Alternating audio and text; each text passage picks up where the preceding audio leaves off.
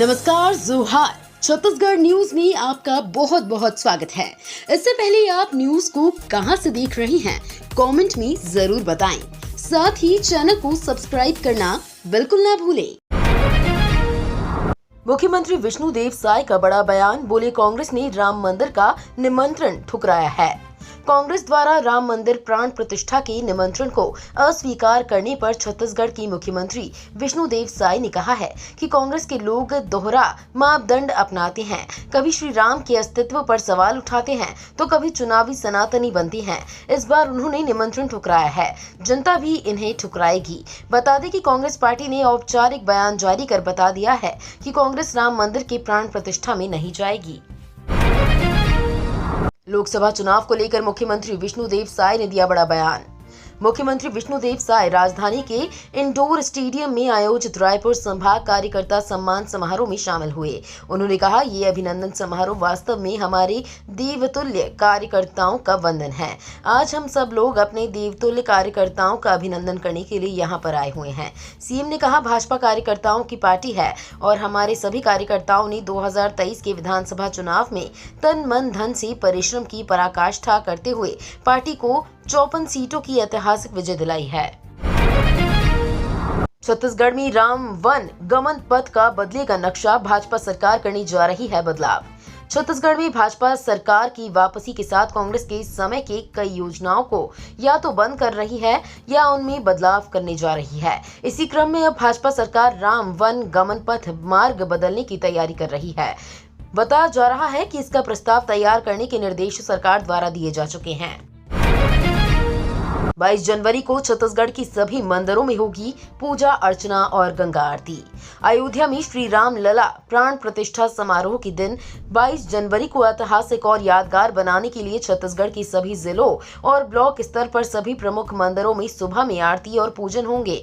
इस दिन शाम को गंगा आरती भी होगी। राज्य के सभी शासकीय भवनों में आकर्षक रोशनी की व्यवस्था की जाएगी। सीएम विष्णुदेव साय करेंगे ताता पानी महोत्सव का शुभारंभ, ट्राइबल फैशन वॉक से प्रदर्शित होंगी झांकियां। ताता पानी महोत्सव कार्यक्रम के संबंध में प्रेस वार्ता आयोजित की गई, जिसमें बताया गया कि विगत वर्षों की भांति इस वर्ष भी मकर संक्रांति के अवसर पर जिला प्रशासन द्वारा ताता पानी महोत्सव का आयोजन किया जा रहा है। 14 जनवरी को कार्यक्रम का शुभारंभ मुख्यमंत्री विष्णुदेव साय के द्वारा किया जाएगा। 3 दिवसीय महोत्सव में स्कूली छात्र छात्राओं के साथ साथ आमंत्रित कलाकार भी अपनी कला की प्रस्तुति देंगे। साथ ही कार्यक्रम में आदिवासी परंपरा तथा संस्कृति को बढ़ावा देने के लिए ट्राइबल फैशन वॉक के साथ आदिवासी नृत्य का आयोजन किया जाएगा। इसके साथ ही शिव प्रतिमा प्रांगण में लेजर शो के माध्यम से 2 दिवसीय प्रदर्शनी की जाएगी। कोल ब्लॉक को जल्द शुरू कराने उच्च अधिकारियों से मिले RVUNL के CMD, ग्रामीणों ने भी की खदान चालू करने की मांग। राजस्थान राज्य को पावर कट से बचाने के लिए सरगुजा के हसदेव क्षेत्र से कोयले की जरूरत है। राजस्थान राज्य विद्युत उत्पादन निगम की CMD RK शर्मा इन दिनों छत्तीसगढ़ के दौरे पर हैं। गुरुवार को उन्होंने रायपुर में मंत्रालय में उच्च अधिकारियों से मुलाकात कर हसदेव क्षेत्र में कोल माइंस से कोल का उत्पादन जल्दी शुरू हो सके, इसके लिए चर्चा की। छत्तीसगढ़ कांग्रेस प्रभारी सचिन पायलट का भव्य स्वागत। विधानसभा चुनाव के बाद छत्तीसगढ़ कांग्रेस के नवनियुक्त प्रभारी सचिन पायलट पहली बार छत्तीसगढ़ पहुंचे, जिसे लेकर कांग्रेस कार्यकर्ताओं में जबरदस्त उत्साह देखा गया।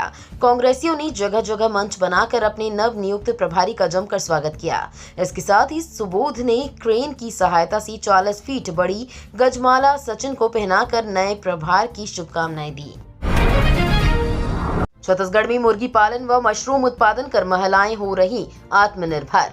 छत्तीसगढ़ राज्य में विकसित भारत संकल्प यात्रा के तहत धमतरी जिले के चारों विकास खंडों में आयोजित संकल्प शिविरों में प्रतिदिन बड़ी संख्या में लोग पहुंचकर शासन की जन कल्याणकारी योजनाओं के बारे में बारीकी से जानकारी ले रहे हैं और इन योजनाओं से लाभान्वित हितग्राही उपस्थित ग्रामीणों को अपनी कहानी अपनी जुबानी सुनाकर उन्हें योजनाओं का लाभ देने के लिए प्रेरित भी कर रहे हैं। राम भक्तों की सेवा में छत्तीसगढ़ की 50 डॉक्टर्स की टीम जाएगी अयोध्या। प्रदेश के स्वास्थ्य मंत्री श्याम बिहारी जायसवाल राजधानी के वीआईपी रोड स्थित श्री राम मंदिर से 50 डॉक्टरों की टीम को हरी झंडी दिखाकर रवाना करेंगे। श्री सत्य साई संजीवनी हॉस्पिटल की ओर से 50 डॉक्टर्स की टीम अयोध्या में राम भक्तों के लिए सेवा देगी, उनकी स्वास्थ्य परीक्षण करेगी। छत्तीसगढ़ 3 दिन बंद रहेंगी शराब की दुकानें। छत्तीसगढ़ में इस महीने यानी जनवरी में 3 दिन शराब की दुकानें बंद रहेंगी। अलग अलग तारीखों में सभी देशी विदेशी मदिरा दुकानों को बंद करने का आदेश जिला कलेक्टरों के द्वारा जारी किया जा रहा है। जारी आदेश के अनुसार 22, 26 और 30 जनवरी को प्रदेश में शुष्क दिवस घोषित किया गया है, जिसके तहत शराब दुकानें बंद रहेंगी। सरकार पहले बुजुर्गों को कराएगी रामलला के दर्शन। श्री राम लला दर्शन योजना के लिए पर्यटन विभाग द्वारा बजट उपलब्ध कराया जाएगा। इसके लिए छत्तीसगढ़ के मूल निवासी जिनकी उम्र 18 से 75 वर्ष होंगे वे ही पात्र होंगे, लेकिन जिला मेडिकल बोर्ड द्वारा स्वास्थ्य परीक्षण में सक्षम पाए जाने पर ही योजना के लिए पात्रता होगी। दिव्यांग जनों के लिए उनके परिवार से कोई एक सदस्य को साथ में रहने की इजाजत होगी। बिलासपुर में जल्द शुरू होंगी रेंट अ साइकिल योजना। बिलासपुर जिले में ट्रैफिक की झंझटों से राहत और एक स्थान से दूसरे स्थान तक आसानी से पहुंचने के लिए स्मार्ट सिटी ने जीपीएस से लैस साइकिल 20 रुपए प्रति घंटे की दर पर उपलब्ध कराने का फैसला लिया है। Rent a cycle smart city की एक अहम योजना है। मड़वा में लगेगा 660 मेगावाट का संयंत्र, प्रोजेक्ट रिपोर्ट की तैयारी। विद्युत उत्पादन कंपनी ने मड़वा विद्युत संयंत्र परिसर में 660 मेगावाट की एक नई इकाई स्थापना की प्रक्रिया शुरू कर दी है। संयंत्र का प्रोजेक्ट रिपोर्ट तैयार किया जा रहा है। ऊर्जा विभाग राज्य सरकार की समक्ष रिपोर्ट प्रस्तुत कर आगे की कार्रवाई करेगी। इस इकाई की स्थापना से मड़वा संयंत्र की क्षमता बढ़कर 1660 मेगावाट हो जाएगी। 22 जनवरी को बंद रहेंगी छत्तीसगढ़ की सभी स्कूल और कॉलेज, मंत्री ने की घोषणा।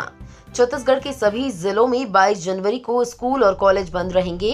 राज्य के स्कूल और उच्च शिक्षा मंत्री ब्रजमोहन अग्रवाल ने ये घोषणा की है। राजधानी में मीडिया से चर्चा करते हुए अग्रवाल ने कहा है कि 22 जनवरी को रामलला आ रहे हैं। इस उपलक्ष्य में राज्य के सभी शिक्षण संस्थानों में अवकाश की घोषणा कर दी गई है।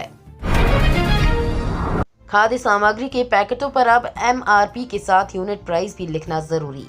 बंद खाद्य पैकेटों के साथ ही अन्य सामग्रियों में भी अब 2 तरह के दाम लिखना अनिवार्य हो गया है। बताया जा रहा है कि अभी कुछ दिनों तक विभाग द्वारा समझाया जा रहा है और इसके बाद भी नियमों को उल्लंघन करने पर अगले महीने से कार्रवाई शुरू होगी। मालूम हो कि नाप तौल विभाग के इस नियम के अनुसार जो भी कंपनियां 1 किलो से ज्यादा के पैकेट तैयार करती है वे एमआरपी के साथ यूनिट प्राइस भी लिखेंगी। ये तो थी आज की बड़ी खबरें। अगर आपको न्यूज पसंद आई हो तो वीडियो को लाइक और शेयर करना बिल्कुल ना भूलें। धन्यवाद।